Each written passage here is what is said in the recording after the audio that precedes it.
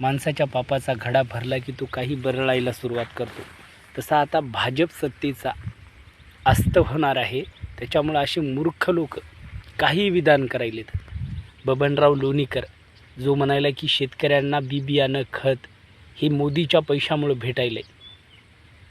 आता मोदीच्या पैशामुळं भेटणाऱ्या पैशातून शेतकरी पेरणी करायले आणि मोदी नव्हता त्याच्या अगोदर काय वावर का पडीत ठेवत होते काय? या प्रश्नाचं उत्तर दे फक्त तू. विचार करायची गरज आहे आपण कोणत्या पदावर आहेत, कोणामुळं आहेत. आणि त्या माणसांनी सत्तेवर त्या बसवलं आणि आज तुला जो माज आलाय ती सत्तेलाही 1.5 दिवसाची तुझी सत्ता तिला तर आस्त करणारच आहे शेतकरी.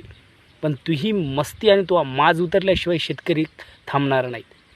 सामान्य लोकांच्या टाळूवरचं लोणी खाणारा तू बबन्या, शहाणपण शिकू नको तू आम्हाला सामान्य शेतकऱ्यांना.